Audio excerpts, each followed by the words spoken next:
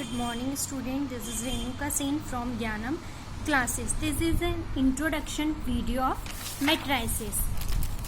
Matrix definition. A matrix is an ordered rectangular array or arrangement of a number or a function. The numbers or functions are called the elements or the entries of a matrix. Matrix की definition है, क्या कहती है कि matrix एक arrangement होता है, rectangular array और अरेंजमेंट होता है नंबर्स और फंक्शंस का. किसका? नंबर और फंक्शंस का जो अरेंजमेंट होता है ऑर्डर्ड रेक्टेंगुलर एरे में, तो वही हमारी क्या कहलाती है? मैट्रिक्स कहलाती है. द नंबर और functions are called the elements of the entries of the matrix. जो नंबर्स और फंक्शंस होते हैं वो क्या कहलाते हैं? उस मैट्रिक्स के एलिमेंट्स कहलाते हैं. For example, Radha has a 15 notebooks and 6 pen. कोई राधा है, उसके पास कितनी नोटबुक्स है? 15 नोटबुक्स एंड 6 पेन्स है. फातिमा है, उसके पास कितने हैं? 10 नोटबुक्स हैं और 2 पेन्स है. सिमरन है, उसके पास 13 नोटबुक्स हैं एंड 5 पेन्स है. अब हमें इसे अरेंज करना है. अब हम पहले हम कैसे इसको अरेंज कर सकते थे? टेबुलर फॉर्म में. हम जैसे हम पहले अरेंज करते थे टेबुलर फॉर्म में. फॉर एग्जाम्पल, जो नेम है राधा का, जो नेम है वो हमने यहाँ पे जो भी स्टूडेंट्स हैं उनके नेम हम लिखेंगे. अब नोटबुक और पेन. राधा के पास कितने नोटबुक है? 15. और कितने पेन है? 2 पेन है, तो वो हमने यहाँ लिखे. फातिमा के पास कितने नोटबुक है? 10 नोटबुक्स है और 2 पेन है. सिमरन के पास कितने हैं? 13 नोटबुक्स एंड 5 पेन है. तो अब हमने टेबुलर फॉर्म में क्यों लिखा है? क्योंकि हम क्या बार बार ऐसा लिखेंगे कि Radha has 15 notebooks and 6 pens, Fatima has 10 notebooks and 2 pens. तो इससे स्किप करने के लिए हमने उसे क्या लिखा? टेबुलर फॉर्म में लिखा. टेबुलर फॉर्म में हमने उसका नाम लिख दिया, नोटबुक और पेन. मतलब कि राधा के पास कितनी नोटबुक है? 15 नोटबुक है. पेन ऐसे सो मैनी. अगर हमारे पास जैसे कि 100 स्टूडेंट्स होते तो हम क्या 100 स्टूडेंट्स का ऐसे नाम लिख दे कि जैसे कि राज होता तो राज हैज 10 नोटबुक्स एंड 2 पेन्स. तो ऐसे तो हमारा बहुत टाइम जाता, तो हमें टाइम को कंज्यूम करना है. तो हमने उसको क्या लिखा? टेबुलर फॉर्म में हम पहले उन्हें लिखते थे. हम यहाँ नेम लिख दिया, या नोटबुक्स और जो भी उनके पास आइटम है वो हमने यहाँ रिप्रेजेंट कर दिए.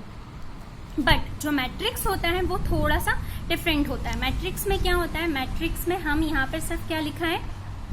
जो नोटबुक है और जो सिर्फ पेन है हमने उसको लिखा. नोटबुक हमारे पास कितनी है? 15, 10, 13, 4, 2, 5. ठीक है. और जो मैट्रिक्स होती है उसको किस में रिप्रेजेंट किया जाता है? स्क्वायर ब्रैकेट्स में. मैट्रिक्स को अगर कोई पूछे कि मैट्रिक्स को हम कैसे डिफाइन करते हैं, उसको जब हमें लिखना होता है तो हम ऐसे स्क्वायर ब्रैकेट्स में हम उसको लिखते हैं, हम ऐसे रिप्रेजेंट करते हैं. कहीं कहीं पे हमने मैट्रिक्स को ऐसा लिखा हुआ भी देखा हुआ है, तो वो भी होता है. बट जो हमारे NCERTs है उसमें हमेशा मैट्रिक्स को स्क्वायर ब्रैकेट्स में ही रिप्रेजेंट किया है. अब स्टूडेंट्स के मन में ख्याल आएगा कि ये तो सेम ऊपर ही है जैसे हमने ये टेबुलर फॉर्म में लिखते थे कि 15, 10, 13, 6 to 5 मैंने तो यही लिखा है. तो सिर्फ यहाँ पर हम जो नेम है हम उसको क्यों नहीं ऐड कर सकते हैं? तो वो हम उसका नेम जो है वो इसलिए ऐड नहीं कर सकते हैं क्योंकि जो मैंने ऊपर आपको डेफिनेशन बताई है मैट्रिक्स की, जो डेफिनेशन है वो क्या बोलता है? A matrix is an order और रेगुलर एरे और arrangements of numbers and functions. किसका अरेंजमेंट? नंबर्स का और फंक्शंस का अरेंजमेंट होना चाहिए. ठीक है. तो यहाँ हम नेम वगैरह नहीं ले सकते. तो 15, 10, 13, 4 to 5 ये हमारे क्या हो गए? नंबर हो गए हैं. ठीक है. हम उसमें ऐसा नहीं लिख सकते हैं कि हमने लिख दिया राधा, फातिमा, सिमरन, ये सब नहीं. ये टेबुलर फॉर्म में था. मैट्रिक्स में हमें सिर्फ ऐसे ही लिखना है 15, 10, 13, 4 to 5. ये हमारी मैट्रिक्स है. अब उसमें क्या होता है? ये हमारे नंबर्स हो गए. अब फंक्शंस. अब वहाँ पे हमारी डेफिनेशन में एक बार वो एक वर्ड और क्या है? फंक्शंस. तो फंक्शंस आप लोगों ने 11th क्लास में पढ़े होंगे. जैसे कि फंक्शन को हम कैसे रिप्रेजेंट करते हैं? f(x) is equals to x² + 2. ये हमारा फंक्शन हो गया है. f(y) is equals to y + 3. तो ये सब हमारे क्या है? फंक्शंस है. तो हम देखेंगे अगर आगे अभी हम जब क्वेश्चंस लगाएंगे तो हमारी जो मैट्रिक्सेस होंगी वो ऐसे फंक्शंस की भी होंगी कि f(x) is equals to 2y + 3, 6. ये ऐसे. तो ये हमारा क्या हो गया? फंक्शन हो गया. और ये जो है हमारे नंबर्स हो गए. इसलिए मैट्रिक्स में सिर्फ हम किसको रिप्रेजेंट कर सकते हैं? फंक्शंस को और नंबर्स को रिप्रेजेंट कर सकते हैं। उस डेफिनेशन में सिर्फ यही बोला है। तो ये क्या होती है, मैट्रिक्स होती है। मैट्रिक्स को हम किस में रिप्रेजेंट करते हैं, स्क्वायर ब्रैकेट्स में। स्क्वायर ब्रैकेट्स में, क्योंकि जो हम एनसीईआरटीज में उसको किस में रिप्रेजेंट किया हुआ है, स्क्वायर ब्रैकेट्स में रिप्रेजेंट किया है। अब एक और इम्पॉर्टेंट चीज होती है, हम लोगों ने बचपन से पढ़ा हुआ होता है horizontal line and vertical lines. ठीक है, हॉरिजॉन्टल लाइंस क्या होती है, जो ऐसी कोई भी लाइन हो, इसे हम क्या कहेंगे, ये हमारी कौन सी लाइन कहलाएगी, हॉरिजॉन्टल। ये हमारी कौन सी लाइन हो गई है, हॉरिजॉन्टल लाइन हो गई है। और जो हमारी स्ट्रेट होती है वो हमारी कौन सी लाइन कहलाती है, वर्टिकल लाइन। ये तो हमें बचपन से पता होता है कि हॉरिजॉन्टल लाइन क्या होती है, वर्टिकल लाइन क्या होती है। अब मैं यहाँ बताऊंगी कि मैं क्यों बता रही हूँ कि हॉरिजॉन्टल लाइन और वर्टिकल लाइन क्या होती है। एक और चीज है जो हमें बहुत इंपॉर्टेंट याद करना है, जैसे कि हमारी कोई सी भी एक मैट्रिक्स ले लेते हैं हम हमारी मैट्रिक्स हमने ली 6 4 3 2 4 5 6 3 5, ये हमने एक मैट्रिक्स ली है।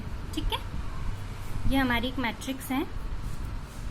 अब इसमें जो हॉरिजॉन्टल लाइंस है, हॉरिजॉन्टल मतलब कि ये 6 4 3 2 4 5 6 3 5, ये जो हमने जो नंबर्स लिखे हैं ये हमारे कौन से हैं, ये जो हॉरिजॉन्टल में जो हमारे नंबर्स लिखे हैं इसको हम क्या बोलते हैं, रो। ये क्या कहलाएगी, हमारी रो कहलाएगी। तो ये कौन सी कहलाएगी, रो R1, रो 1, रो 2 और रो 3। तो हम इसको क्या बोलेंगे, R1 R2 R3। तो जो हॉरिजॉन्टल लाइन होती है वो किसको रिप्रेजेंट करती है, रो को रिप्रेजेंट करती है मैट्रिक्स में। ठीक है, क्लियर हो गया होगा कि जो हॉरिजॉन्टल लाइन होती है वो किसको रिप्रेजेंट करती है, रो को रिप्रेजेंट करती है। जैसे 6 4 3 2 4 5 6 3 5, तो ये हमारी रो हो गई है R1 R2 R3। अब वैसे ही मैट्रिक्स में हमारे पास क्या, कॉलम भी होगी। ये तो रो हो गई। अब जो वर्टिकल लाइन होगी वो किसको रिप्रेजेंट कर रही होगी, तो जैसे कि अगर मैट्रिक्स लिख लेते हैं हम 15 4 3 10 2 6 13 5 1, ये हमारी एक मैट्रिक्स है। तो इसमें जो हमारी वर्टिकल लाइन, जो वर्टिकली जो नंबर्स हमने लिखे हैं, ये हो गया 4 2 5 हो गया, 3 6 1 हो गया। तो ये जो है ये हमारे क्या कहलाएंगी, कॉलम कहलाएंगी। ये column C1, column C2, column C3। तो जो ऊपर जो हॉरिजॉन्टल लाइन होती है वो किसको रिप्रेजेंट करती है, रो को रिप्रेजेंट करती है। और जो वर्टिकल लाइन होती है वो किसको रिप्रेजेंट करती है, कॉलम को रिप्रेजेंट करती हैं। सिर्फ मैट्रिक्स का इंट्रोडक्शन है आज, उसमें सिर्फ मैट्रिक्स की डेफिनेशन मैंने आपको बताई है कि मैट्रिक्स क्या होता है, ऑर्डर या रेगुलर एरे या अरेंजमेंट्स होता है नंबर और फंक्शंस का। ठीक है, टेबुलर हम पहले यूज करते थे, अब मेन हम किसके बारे में बात कर रहे हैं, मैट्रिक्स में। मैट्रिक्स को रिप्रेजेंट किससे किया जाता है, स्क्वायर ब्रैकेट से रिप्रेजेंट किया जाता है। उसमें सिर्फ हम नंबर्स और फंक्शंस को ही लिखते हैं। अभी हम आगे देखेंगे, इसमें हमारे पास साइन एक्स, ऐसे करके भी हमारे पास मैट्रिक्स में फंक्शंस रहेंगे। और बताई है आपको मैंने कि जो हॉरिजॉन्टल लाइन में जो नंबर्स लिखे हुए रहेंगे वो हमारी रो कहलाएंगे, और जो वर्टिकली जो लिखे हुए रहेंगे वो हमारे कॉलम्स कहलाएंगे। अगर आपको इंट्रोडक्शन में कुछ भी डाउट आता है तो आप कमेंट कीजिए। बाकी आगे की जो एक्सरसाइज और आगे के जो हम टाइप्स है वो नेक्स्ट वीडियो में कंटिन्यू करेंगे। Thank you.